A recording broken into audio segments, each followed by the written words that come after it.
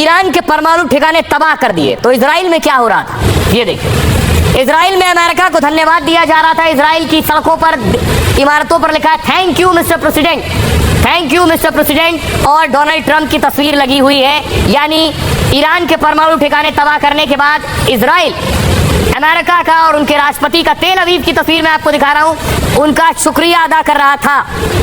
अब सवाल था कि दो देश, एक तरफ इजराइल और दूसरी तरफ ईरान। ईरान आग बबूला था इजराइल पर और अमेरिका पर। इस हमले के बाद क्या कह रहा है ईरान और इजराइल, ये आपको बताऊं। इजराइल का कहना है हमले के बाद नेतन्याहू ने ट्रंप का सबसे पहले शुक्रिया अदा किया और ऑपरेशन राइजिंग लॉयन के तहत हमने बेहतरीन काम किया है, नेतन्याहू ने कहा। लेकिन अमेरिका ने ईरानी परमाणु ठिकानों पर जो हमला किया है उसे हमेशा याद रखा जाएगा। अमेरिका ने वो किया है जो कोई देश अब तक नहीं कर सका है। ट्रंप के नेतृत्व में अमेरिका ने इतिहास रचा है। आपका साहस भरा फैसला इतिहास बदल देगा। ईरान ने कहा अमेरिकी हमलों पर बहुत ऐतराज जताया। अमेरिका ने यूएन के नियमों का उल्लंघन किया है। परमाणु ठिकानों पर हमला एनपीटी का उल्लंघन है और अमेरिका को अब गंभीर नतीजे भुगतने होंगे। अमेरिका को ऐसा जख्म देंगे जो हमेशा याद रखेगा। आत्मरक्षा के लिए ईरान पलटवार करेगा और ईरान के विदेश मंत्री पुतिन से मॉस्को में मिलने वाले हैं। सुनिए इस हमले के बाद क्या कुछ कह रहे हैं ईरान के विदेश मंत्री और नेतन्याहू। אזרחי ישראל היקרים, אחיי ואחיותיי, मैं राष्ट्रपति ट्रंप को धन्यवाद देना चाहता हूं। ईरान के परमाणु ठिकानों पर हमले का आपका साहस भरा फैसला इतिहास बदल देगा। ऑपरेशन राइजिंग लायन के तहत हमने बेहतरीन काम किया, लेकिन अमेरिका ने ईरानी परमाणु ठिकानों पर जो हमला किया उसे हमेशा याद रखा जाएगा। अमेरिका ने वो किया है जो कोई देश अब तक नहीं कर सका। ट्रंप के नेतृत्व में अमेरिका ने इतिहास रचा है। इतिहास याद रखेगा कि अमेरिका ने दुनिया की खतरनाक सरकारों और उनके हथियारों के साथ समझौता नहीं किया। ट्रंप के नेतृत्व में अमेरिका ने इतिहास रचा है। उन्होंने मिडिल ईस्ट समेत पूरी दुनिया के भविष्य को ध्यान में रखकर शांति का साथ दिया है। मैं कहना चाहूँगा कि शक्ति से ही शांति आती है। अमेरिका सिर्फ धमकी। अमेरिका और इजराइल ने हमारी परमाणु सुविधाओं पर हमला करके एक बड़ी लाल रेखा पार कर ली है ईरान को धोखा और मुझे नहीं पता कि बातचीत के लिए भविष्य की कौन सी रेखा बची है। लक्ष्यों को प्राप्त हम पर हमला किया गया है और हमें आत्मरक्षा के अपने वैध अधिकार के अनुसार जवाब देना चाहिए। खतरनाक स्थिति में ले जाएगी। देखिए इस हमले के बाद डोनाल्ड ट्रंप कहाँ थे। इस हमले के बाद ये तस्वीर आप देख रहे हैं।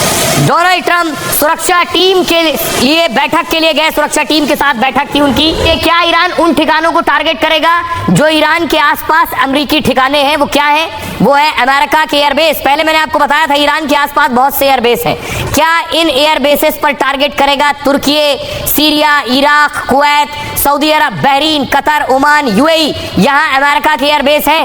ईरान पर अमेरिका के हमले से पूरे मिडिल ईस्ट में भी टेंशन है। ये सब डरे हुए हैं। मिडिल ईस्ट के देशों में अमेरिका के 60 सैन्य बेस हैं। आशंका जताई जा रही है कि ईरान इन्हें टारगेट कर सकता है और खतरे को देखते हुए बहरीन, कुवैत, इराक में भी अलर्ट जारी कर दिया गया है। दरअसल बहरीन ने अमेरिकी नौसेना को 5वां बेड़ा तैनात किया बहरीन में और फारस की खाड़ी से अमेरिका ने टॉमहॉक मिसाइलों से हमला किया।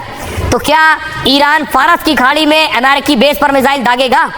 इराक का अल असद बेस अमेरिका के हजारों जवानों का अड्डा भी है। कासिम सुलेमानी के बारे में आपने सुना होगा। सुलेमानी की हत्या के बाद ईरान ने इस जगह को टारगेट किया था इराक में। तो क्या इस बार भी इराक के अमेरिकी बेस टारगेट करेगा ईरान?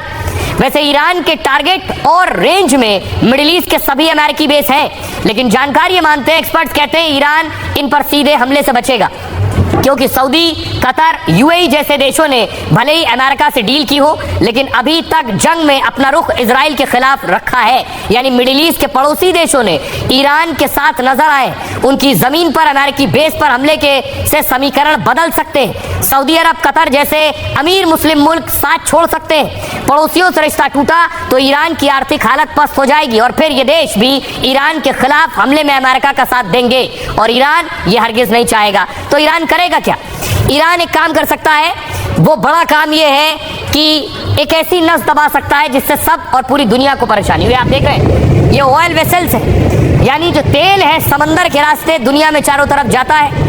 ये तेल का जो रास्ता है ये रास्ता ईरान से भी जाता है ईरान अगर इस रास्ते को बंद कर देगा तो उससे दुनिया में हाहाकार हो जाएगा। कौन सा वो रास्ता है मैं आपको बताऊं जिसे ईरान बंद करने की धमकी दे रहा है। देखिए जरा, ये आप देख रहे हैं। अगर आप देखिए इराक, कुवैत, सऊदी अरब, कतर, ओमान, यूएई, ईरान, इनके बीच में देखिए, इनके बीच में जगह है, इसे कहते हैं स्ट्रेट ऑफ हॉर्मूज। जो आप ईरान के पास देख रहे हैं जगह, ईरान और यूएई आपको जहां नजर आ रहा है, यूएई का समंदर जो है यही है स्ट्रेट ऑफ हॉर्मूज।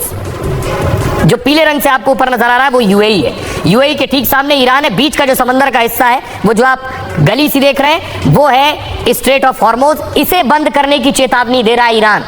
और ये समुद्री मार्ग 96 मील लंबा जबकि करीब 21 मील चौड़ा है। इनकी दोनों दिशाओं में 2 मील चौड़ी 2 शिपिंग लेन है और जिन पर ईरान का कंट्रोल है और यहीं पर ईरान रोक लगा सकता है।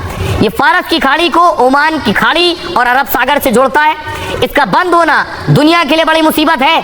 अगर आप देखिए कि ये जो तेल का रास्ता है इराक से होता हुआ ये कुवैत और कुवैत से होता हुआ यूएई और ईरान, इस रास्ते को बंद करने की बात कर रहा है वो समंदर का रास्ता। इसी रूट के जरिए खाड़ी देशों को कच्चा तेल की सप्लाई होती है और इसी रूट के जरिए ही अमेरिका को भी तेल की सप्लाई होती है। दुनिया का 26% कच्चा तेल इसी रास्ते से सप्लाई होता है। और अगर ईरान ये रास्ता रोकता है तो कच्चे तेल की कीमतें बढ़ेंगी क्योंकि जहाजों के लंबे रूट के परिचालन में खर्च और बढ़ जाएगा। फिर जहाज इस शॉर्टकट से नहीं जाएंगे, नीचे ओमान, कतर से घूमते हुए जाएंगे।